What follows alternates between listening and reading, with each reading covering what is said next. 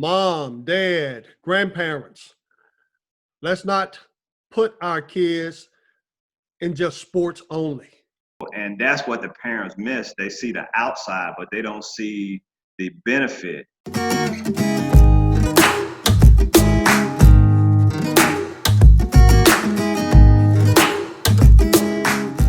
Hi, this is Robert Wilkins, aka Basketball Tall. Welcome to my channel. I'm so happy that you're with me here today because I have someone I think that's very interesting that you need to listen to. First of all, let me ask you this. Have any of you ever thought about joining the military? I did, and I was serious about it. Even though I did not, my brother behind me, he did. And he's currently today a veteran and with all the benefits that's come with it. So I have with me someone right now who is, in my eyes, famous.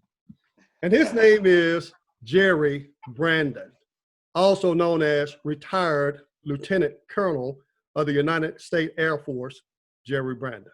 Welcome, Colonel. Hey, how you doing? Good to be here. I'm doing very well. You know, first of all, let me ask you something. Colonel, Lieutenant Colonel, Major, Captain, where does that title, that position fall in the ranks of the military? Well, you start out as a second lieutenant. That's your first rank. If you're an officer, that's how you come in.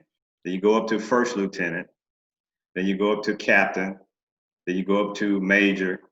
Then lieutenant colonel. Then full bird colonel. Then after full bird colonel is 1-star general, 2-star general, 3-star general, 4-star general.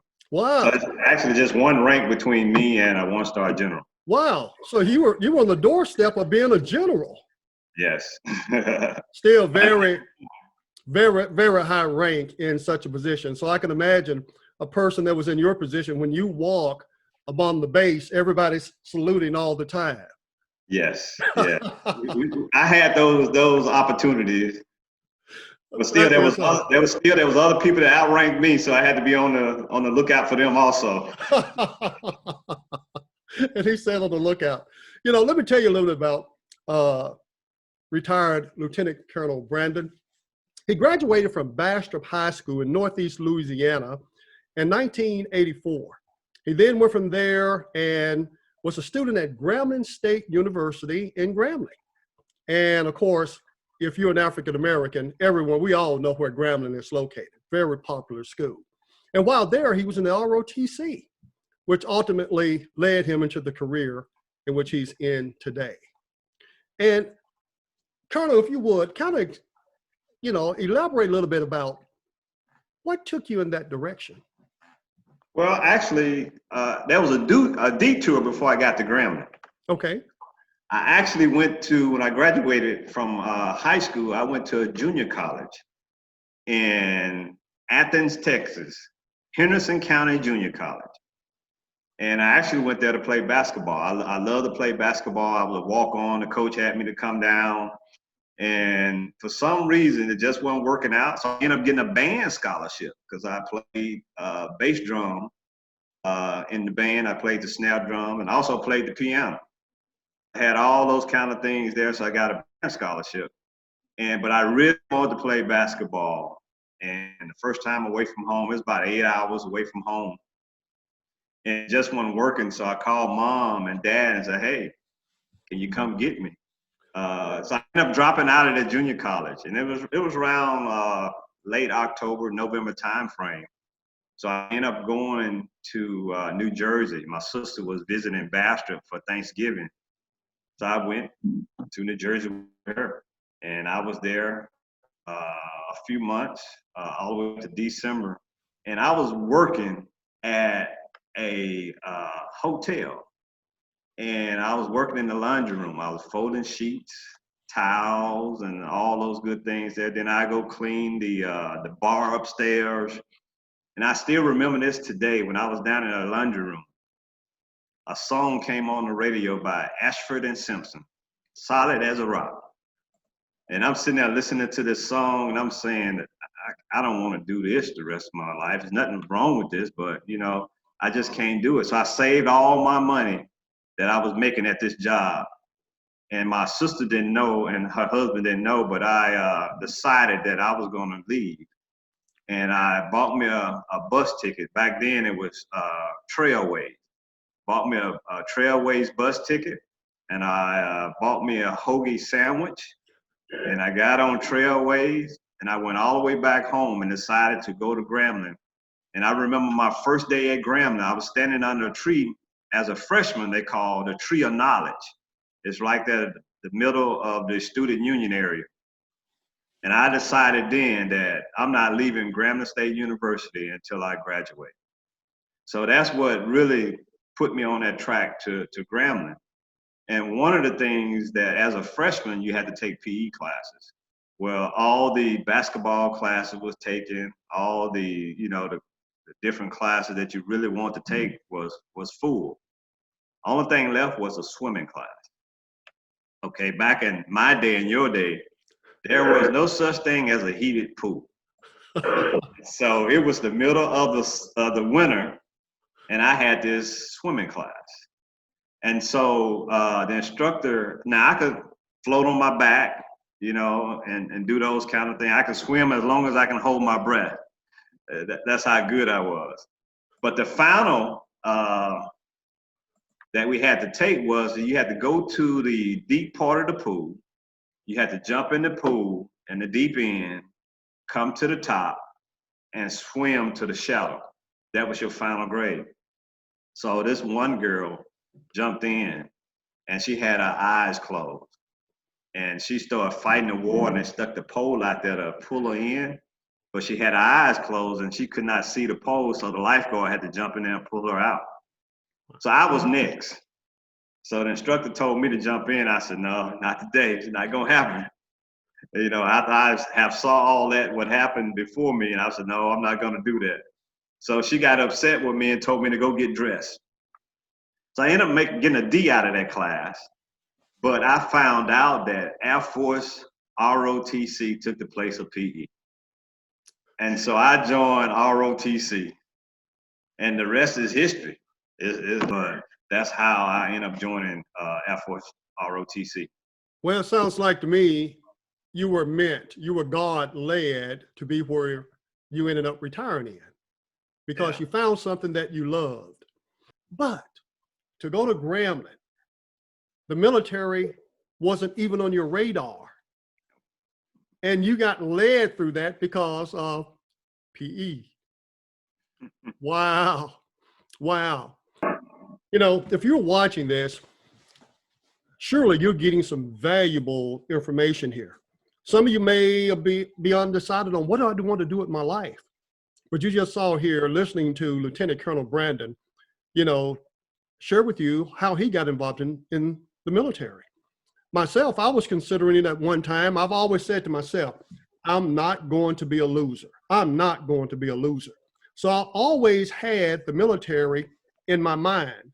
And I was thinking, if I had to go into a branch of military, which would I want? And I thought the Air Force. I just liked the image of the Air Force. And someone told me that, because I'm 6'6" in height, that you're too tall to fly a jet. If you could right today, tell us what's the height, the maximum height one can be to fly a jet? Well, I really don't know. It kind of depends on, the regulation changes, things changes now, the aircraft changes, depending on what aircraft you're doing. Sometimes, vision was a problem, so they will change things as necessary, to meet whatever the need is that we have to meet for the military. So I'm not sure what the height is at this point. And that's so true, because. But I think you're too tall, though. I wish I wasn't. I might have been in the Air Force today if someone hadn't said that.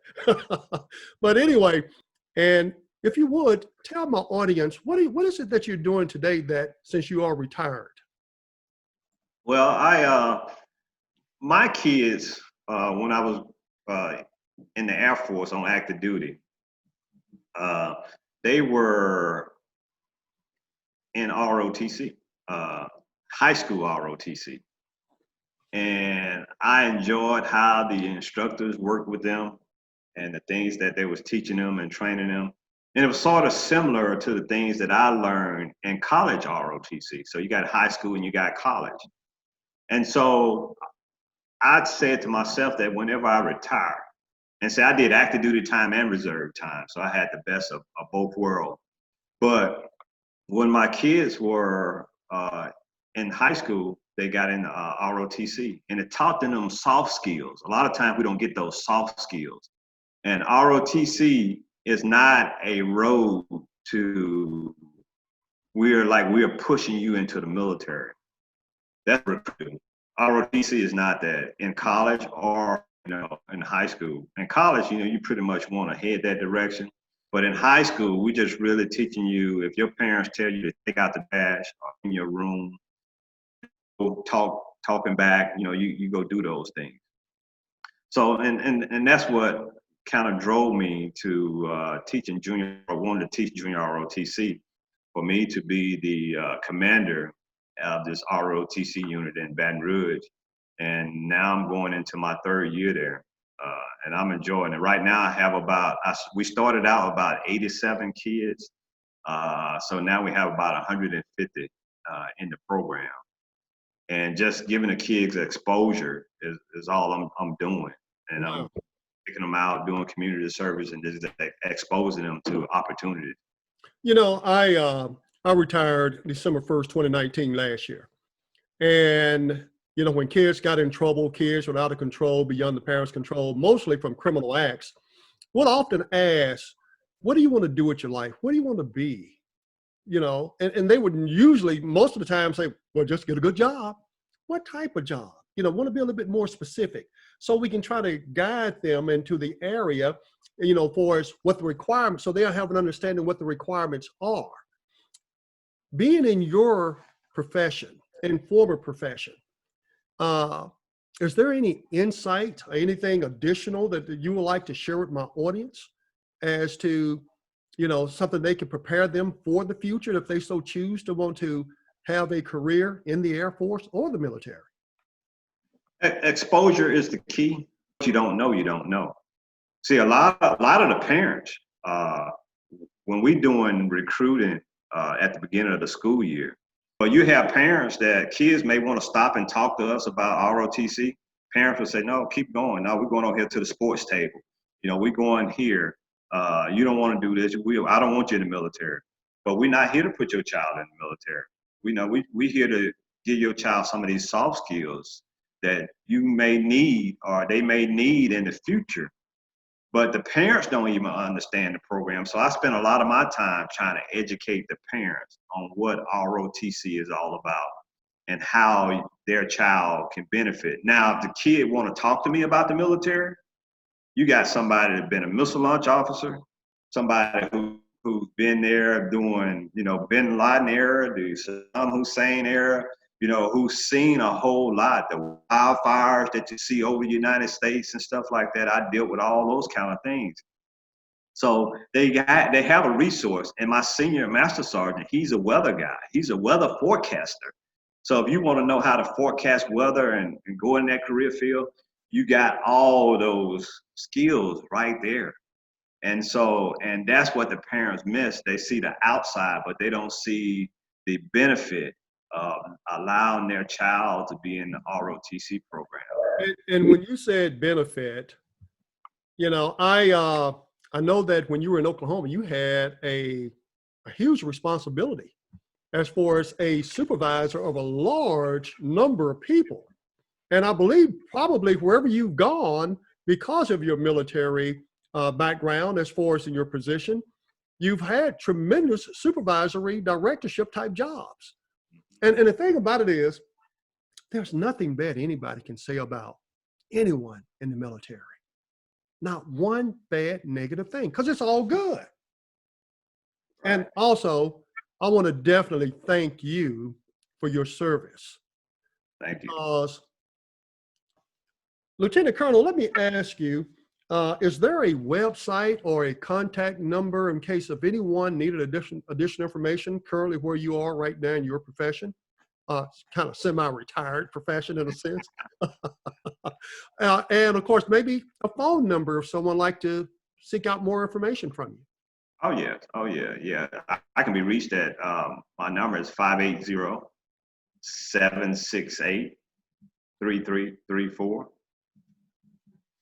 Is there a website or anything? I have a couple of websites. Okay.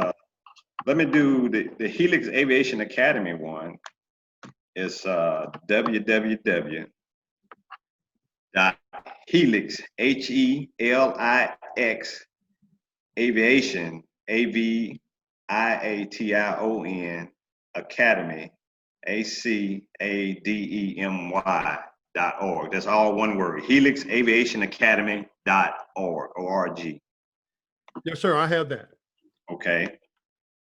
And my school is Mentorship STEAM Academy. And it's www.mentorshipbr.org. Okay. Got it. Got it.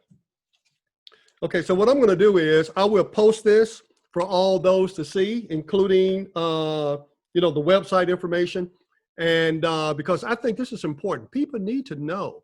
When I was coming through, college was the route to go. Make sure you go to college so you can get a good job. But some of those things have changed now. We have kids now that can graduate from high school and already have 1 or 2 years under their belt as college credit. So right now, the needs of for pilots is we need pilots on the commercial side and the military side. And there's a cry for that right now in the industry because a lot of our people, senior people, are retiring now. And also on the cyber side, cybersecurity and all those kind of things is a big need. And that's what I do at the Aviation Academy. We're trying to get kids to become pilots. We're working with them to become pilots, aircraft mechanics, drone pilots, and cybersecurity. And we starting with them kindergarten. And my philosophy is just like AAU basketball, Pee Wee football, Little League baseball. If I can get your child at that age and start giving him or her the terminology of how we speak in aviation, how we speak in cybersecurity, how we speak in being a drone pilot, how we speak in aircraft mechanic.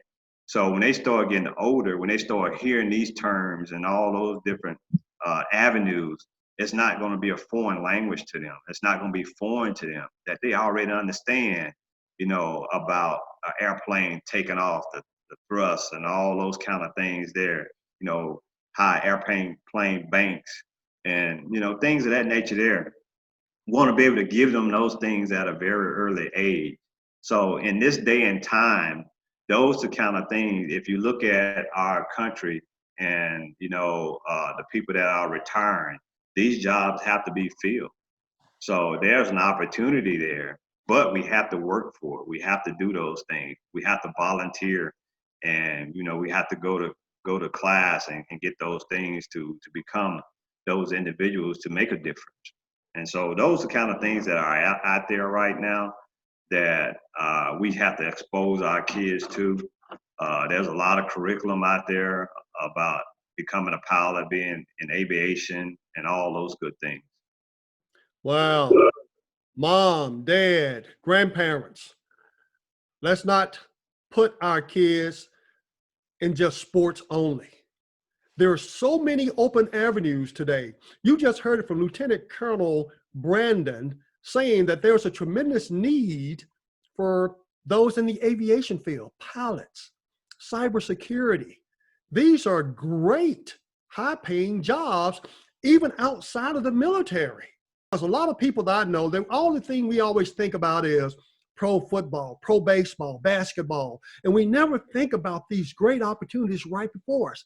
That's much more obtainable. Much more obtainable. And you just heard it yourself, who just gave us some insight as to what the needs are in our country today. there are no more excuses. There are opportunities out there. And Lieutenant Colonel Jerry Brandon, I appreciate you taking the time out with me and providing valuable substance that I know someone is going to adhere to this and take it to heart, because what you just said is going to affect and influence somebody that's going to make their lives much better in the future. And it doesn't matter where you are right now. Even if you're 40, 50 years of age, it's never too late to learn. Colonel, final words for you. Well, I want to make sure I gave you my website address. I'm going to give you my email address too. Okay. It's jerry.brandon@helixcommunityschools.org. So that's jerry.brandon@helix, HELIX, community, COMMUNITY, schools, SCHOOLS.org. You know, I mean, we need our kids in positions. Our society needs that, and the need is there. All we just need is individuals, and just take the time out with our kids and give them the opportunity to grow. And I enjoyed. I took a group of kids to Los Angeles, California last year to LAX airport, and they got a chance to see the inner workings of an airport. We took about 20 kids there, and they got a chance to talk to pilots, airline stewardess, the air traffic controllers, the folks that put the bags on the plane and take the bags off the plane, the ticket controllers that do your ticket at the ticket counter, the folks that run the kiosks in the mall, I mean, in the airport, where they sell food and water and all those kind of things. All those jobs are available. All those things that run an airport are available. You just have to seek those things out and understand that there's a whole lot of other things out there that, you know, need our attention, that our kids can get involved in. Internships, all kinds of stuff. And we were scheduled to go to Atlanta's airport this year, but the COVID-19 set that back for us. But we still did virtual stuff. I have kids this week in a virtual conference with the folks out of LAX that want to take part in those kind of things. And I had a few kids about 3 weeks ago doing the same thing. So the opportunity is there. You know, we can make those excuses that, you know, but if you really want to search those things, you can probably pretty much do everything virtual now, which is, it's going to be a big change. And I look at it like this: the September 11 attack changed the way we did business. COVID-19 is doing the same thing, that is changing the way that we do business. Same concept, the way I see it. We just have to adapt to what has happened. You are so true. Thank you. Thank you for such valuable substance and content. Your knowledge is impeccable. And once again, definitely appreciated your service. Retired Lieutenant Colonel Jerry Brandon. Thank you, sir. This is Robert Wilkins, AKA Basketball Tall. Stick with me. Follow me. Tune in next week for more valuable substance.